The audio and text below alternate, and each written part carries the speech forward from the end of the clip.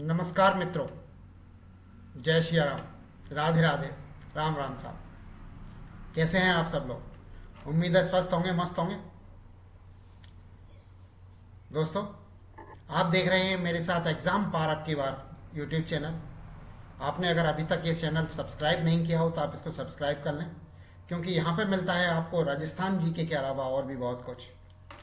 दोस्तों,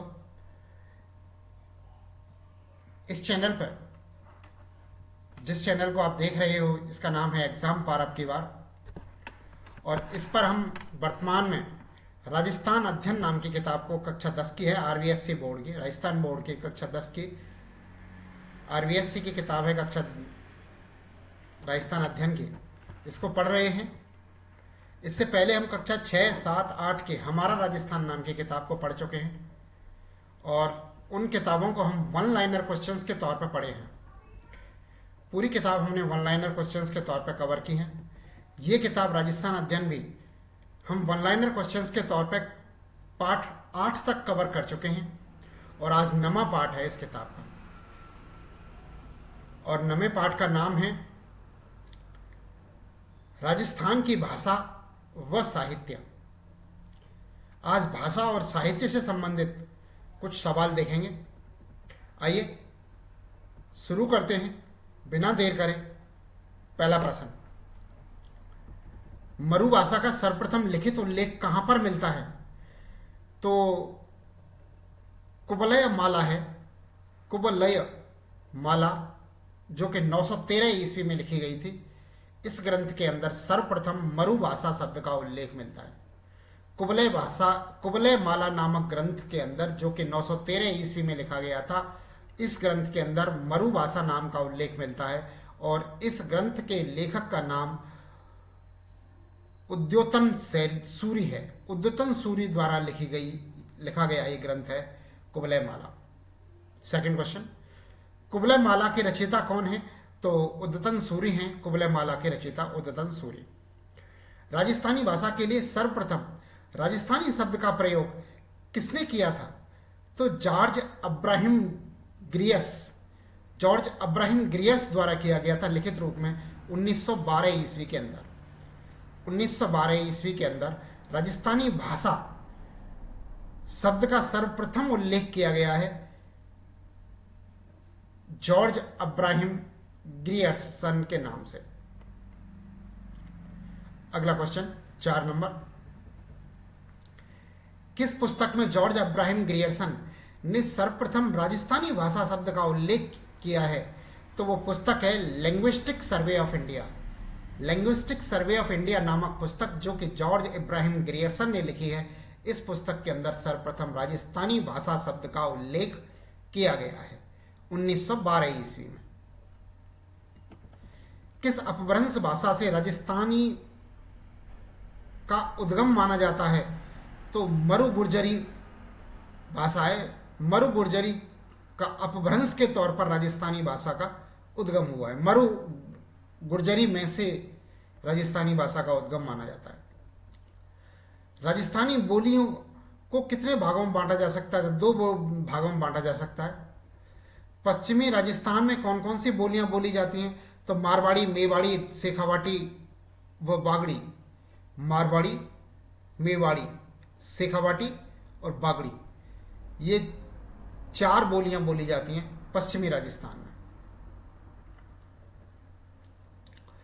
पूर्वी राजस्थान में कौन कौन सी बोलियां बोली जाती हैं? तो डूंडाणी, हाड़ौती, मेवाती और अहीरवाटी। डूंडाणी, हाड़ौती, मेवाती और अहीरवाटी। अरावली के पश्चिम की ओर के जो भाग हैं, वो बोलियां पश्चिम में बोली जाती हैं, और जो पूरब में हिस्से पड़ते हैं, पूरब में जो क्षेत्र पड़ते हैं, उन क्षेत्रों के नाम से ही उन क्षेत्रों की बोलियां हैं। जैसे ढूंढाण में ढूंढाणी, हाड़ौत में हाड़ौती, मेवात में मेवाती, अहीरवाटी, ये सारी बोलियां पूर्वी राजस्थान के अंदर बोली जाती हैं। अहीरवाटी को अन्य किस नाम से जाना जाता है? तो अहीरवाटी को राठी कहते हैं, राठी के नाम से जाना जाता है, अन्य। अगला क्वेश्चन, 10 नंबर का, थली व गोडबाड़ी बोलियां किसकी उपबोलियां हैं? तो ये मारवाड़ी भाषा की उपबोलियां हैं। मारवाड़ी बोली की उपबोलियां हैं थड़ी एवं गोरवाड़ी। आमेर क्षेत्र में बोली जाने वाली भाषा क्या कहलाती है? तो ढूंढानी कहलाती है। आमेर क्षेत्र में बोली जाने वाली भाषा को ढूंढानी कहते हैं। 6 शब्द का सर्वाधिक प्रयोग किस भाषा में किया जाता है? तो ढूंढानी भाषा में किया जाता है 6 शब्द का सर्वाधिक प्रयोग। अलवर और भरतपुर क्षेत्र में बोली जाने वाली भाषा कौन सी है? तो ये मेवाती भाषा है। अलवर और भरतपुर क्षेत्र में बोली जाने वाली भाषा। मेवाती भाषा पर किस भाषा का स्पष्ट प्रभाव देखने को मिलता है? तो ब्रज भाषा का स्पष्ट प्रभाव देखने को मिलता है मेवाती के अंदर। बागड़ी बोली पर किस भाषा का प्रभाव देखने को स्पष्ट तौर पर देखने को मिलता है? तो गुजराती भाषा में देखने को मिलता है बागड़ी भाषा का। बागड़ी बोली के अंदर बागड़ी बोली पर किस भाषा का स्पष्ट प्रभाव देखने को मिलता है? तो गुजराती भाषा का मिलता है। रांगड़ी व निमाणी, रांगड़ी व निमाणी किस भाषा की उपबोलियां हैं? तो ये मालवी भाषा की उपबोलियां हैं। मालवी की उपबोलियां हैं रांगड़ी व निमड़ी। गंगानगर, हनुमानगढ़, चूरू, झुंझुनू आदि क्षेत्रों में किस बोली का प्रभाव देखा जाता है? तो शेखावाटी बोली का प्रभाव देखा जाता है। गंगानगर, हनुमानगढ़, चूरू, झुंझुनू आदि क्षेत्रों में किस बोली का प्रभाव देखा जाता है? तो शेखावाटी का प्रभाव देखा जाता है। राजस्थानी साहित्य के किस काल को वीर गाथा का काल कहा जाता है? तो यह प्राचीन काल है, 1050 ईस्वी से लेकर 1550 ईस्वी तक का। राजस्थानी साहित्य के किस काल को वीर गाथा का काल कहा जाता है? तो सन 1050 से लेकर 1550 ईस्वी के बीच का काल को वीर गाथा का काल कहा जाता है। अगला क्वेश्चन 19 नंबर, प्राचीन काल की प्रसिद्ध रचना रणमल्ल छंद के रचयिता कौन हैं? तो श्रीधर व्यास हैं इसके रचयिता। श्रीधर व्यास द्वारा रचित है रणमल्ल छंद। रणमल्ल छंद। राजस्थानी साहित्य के किस काल को भक्ति काल कहा जाता है? तो पूर्व मध्य काल को भक्ति काल कहा जाता है। सन 1450 से लेकर 1650 ईस्वी के मध्य के काल को, सन 1450 से 1650 ईस्वी के पूर्व मध्य काल को भक्ति काल कहा जाता है राजस्थानी साहित्य के अकॉर्डिंग। 21 नंबर, रामरासो का लेखक कौन था? तो माधोदास ददबाड़िया। माधोदास ददबाड़िया रामरासो का लेखक है। रामरासो का लेखक कौन है? माधोदास ददबाड़िया। माधोदास ददबाड़िया द्वारा रामरासो ग्रंथ लिखा गया है। हरिरस और देवयान किसकी रचना है? तो ईसरदास की रचना है। ईसरदास द्वारा लिखित किताब हैं हरिरस और देवयान। हरिरस और देवयान किसकी रचना है? तो ईसरदास की रचना है। अगला क्वेश्चन 23 नंबर, रघुनाथ रूपक किसकी रचना है? तो कवि मच्छाराम की रचना है। रघुनाथ रूपक नाम की किताब कवि मच्छाराम द्वारा लिखी गई है। कवि मच्छाराम द्वारा लिखित पुस्तक का नाम है रघुराम रूपक। राजस्थानी साहित्य का आधुनिक काल कब से शुरू होता है? तो सन 1850 ईस्वी से राजस्थानी साहित्य का आधुनिक काल स्टार्ट होता है। सन 1850 ईस्वी से राजस्थानी साहित्य का आधुनिक काल स्टार्ट होता है। राजस्थानी साहित्य में चेतना का शंखनाद किसने किया था? तो राजस्थानी साहित्य में चेतना का शंखनाद बांकीदास ने किया था मारवाड़ के अंदर। बांकीदास द्वारा मारवाड़ के अंदर व सूर्यमल मिश्र द्वारा बूंदी के अंदर किया गया था। सूर्यमल मिश्र द्वारा बूंदी के अंदर और बांकीलाल दास द्वारा मारवाड़ के अंदर राजस्थानी साहित्य में चेतना का शंखनाद किया था। 26 नंबर क्वेश्चन, राजा महाराजाओं द्वारा स्वयं के सम्मान में सफलता व विशेष कार्यों में के विवरण को लिखना क्या कहलाता था? ख्यात कहलाते थे। ख्यात कहते थे। ख्यात क्या है? राजा महाराजाओं द्वारा स्वयं के सम्मान, सफलता और विशेष कार्यों के विवरण को लिखवाना ख्यात कहलाता है। अचलदास खींचीरी वचनिका किसके द्वारा रचित है? तो शिवदास गांडव, शिवदास गांडव गांडण, शिवदास गांडण द्वारा रचित है अचलदास खींचीरी वचनिका। अचलदास खींचीरी वचनिका एक पुस्तक का नाम है जिसके रचनाकार शिवदास गांडण हैं।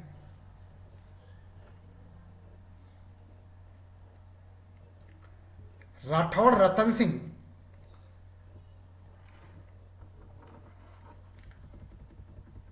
महेश दासौत, राठौड़ रतन सिंह महेश दासौत री रचित वचनिका के लेखक कौन हैं?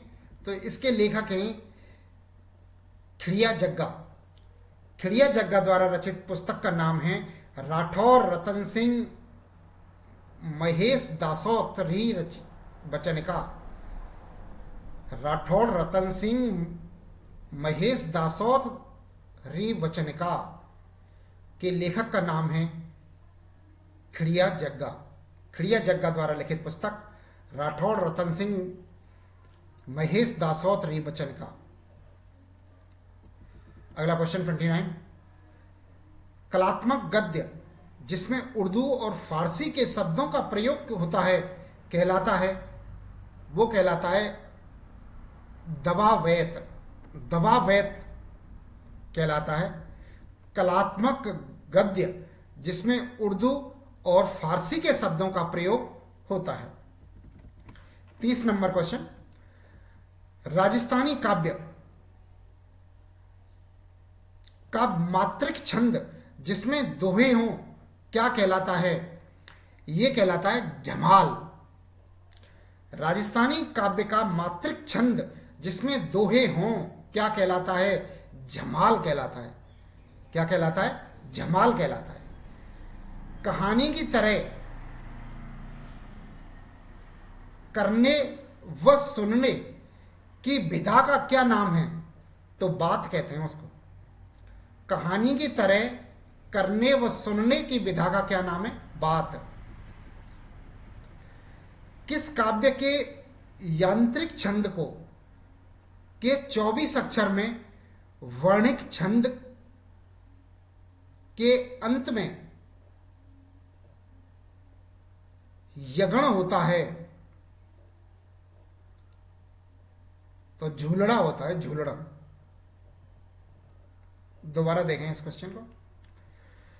किस काव्य के यांत्रिक छंद के 24 अक्षर के वर्णिक छंद के अंत में यगण यगण यगण यगण यगण होता है? यगण किस छंद के अंत में होता है? तो उसे झूलना कहते हैं।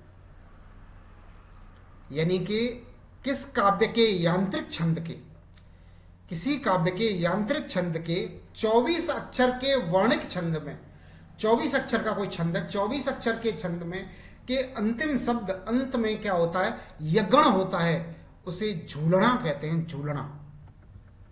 33 नंबर क्वेश्चन। संत महात्माओं के जीवन परिचय राजस्थानी भाषा में जिस पद्यबद्ध रचना में मिलता है उसे क्या कहते हैं? उसे पर्ची कहते हैं। संत महात्माओं के जीवन परिचय राजस्थानी भाषा की जिस पद्यबद्ध, पद्य मतलब कविता, पद्य वाली रचना में मिलता है, पद्य युक्त रचना में मिलता है, उसे क्या कहते हैं? उसे पर्ची कहते हैं। 34 नंबर।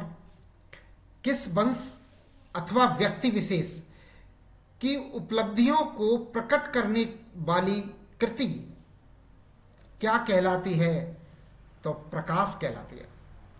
किसी वंश अथवा व्यक्ति विशेष की उपलब्धियों को प्रकट करने वाली कृति क्या कहलाती है? तो प्रकाश कहलाती है। अभी हमने एक ख्यात शब्द और पढ़ा था, तो ख्यात वो है, ख्यात और प्रकाश में जो अंतर है वो ये है, प्रकाश तो किसी वंश अथवा व्यक्ति विशेष की उपलब्धियों को प्रकट करने वाला ग्रंथ है, जबकि ख्यात उस व्यक्ति द्वारा अपनी उपलब्धि, विशेष कार्य एवं विजयों को, युद्ध को के वर्णन लिखवाया जाता था उसके अंदर, उसके द्वारा, ख्यात के अंदर। 35 नंबर, राजा या किसी विशेष व्यक्ति की मृत्यु के बाद शोक व्यक्त करने के लिए जिन काव्यों की रचना की जाती थी उन्हें क्या कहते थे? तो वो कहलाते थे मरस्या। मरने के बाद, किसी व्यक्ति को मरने के बाद शोक व्यक्त करने के लिए उसके ऊपर जो काव्य लिखा जाता था, उस काव्य का नाम, काव्य को कहते थे मरस्या। 36, जिस काव्य ग्रंथ में किसी राजा की कृति, विजय, युद्ध, वीरता आदि का विस्तार से वर्णन हो, उसे क्या कहते हैं? उसे रासो कहते हैं।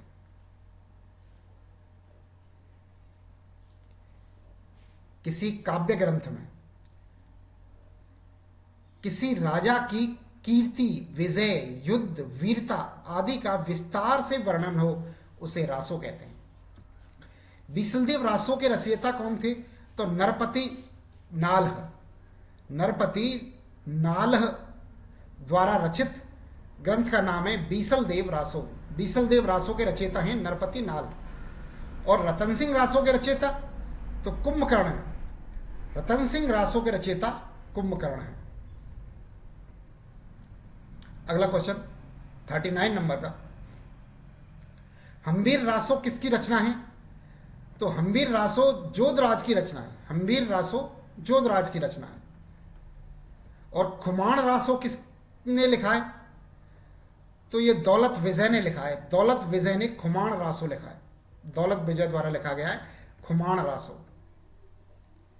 अगला क्वेश्चन, संगत रासो किसकी रचना है? तो गिरधर आसिया की रचना है सगत रासो। सगत रासो जो है गिरधर आसिया की रचना है सगत रासो। किसी वंश अथवा व्यक्ति विशेष की उपलब्धियों के स्वरूप को दर्शाने वाली काव्य क्या कहलाती है? तो रूपक कहलाती है। किसी वंश अथवा व्यक्ति विशेष की उपलब्धियों के स्वरूप को दर्शाने वाला काव्य रूपक कहलाता है।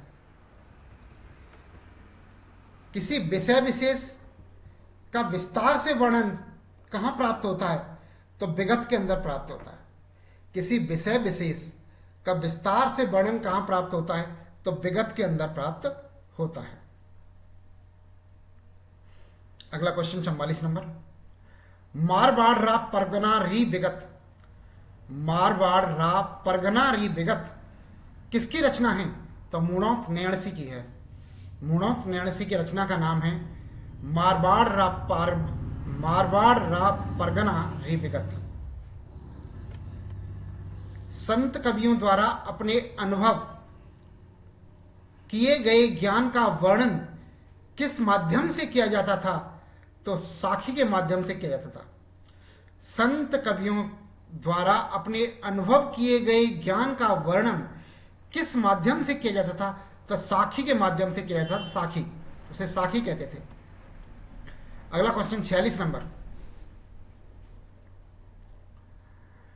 जनसाधारण की भावना का आमजन तक पहुंचाने के लिए, जनसाधारण की भावना को आमजन तक पहुंचाने के लिए साधारण पढ़े लिखे लोगों द्वारा लिखा गया साहित्य क्या कहलाता था? सिलोका। सिलोका कहते थे, सिलोका। जनसाधारण की भावना को आमजन तक पहुंचाने के लिए साधारण पढ़े लिखे लोगों द्वारा लिखे गए साहित्य को क्या कहते थे? सिलोका।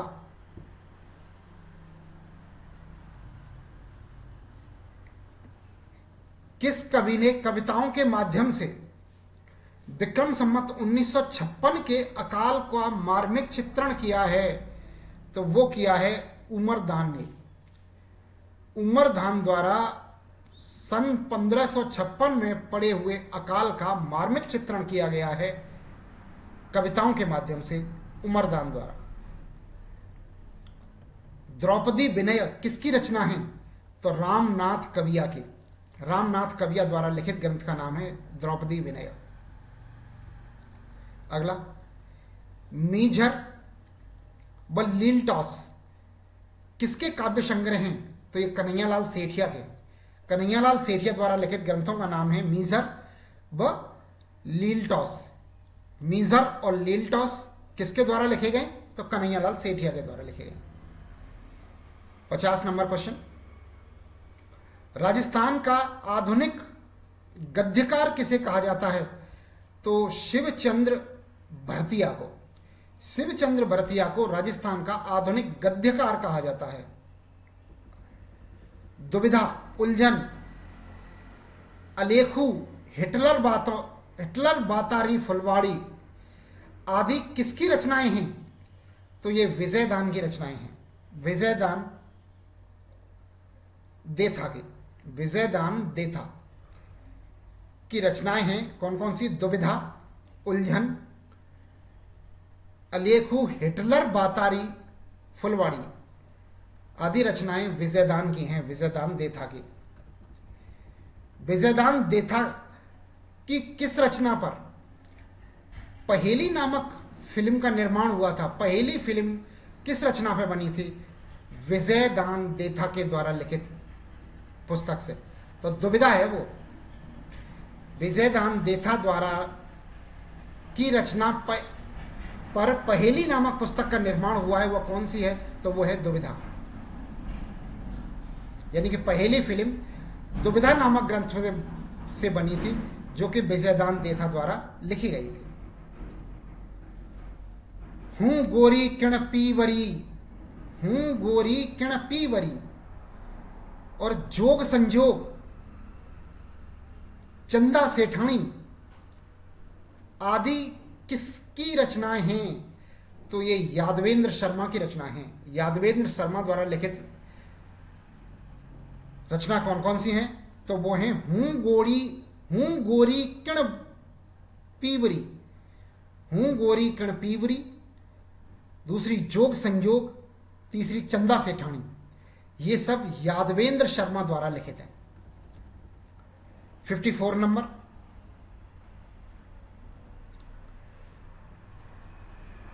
परड्योणी, परड्योणी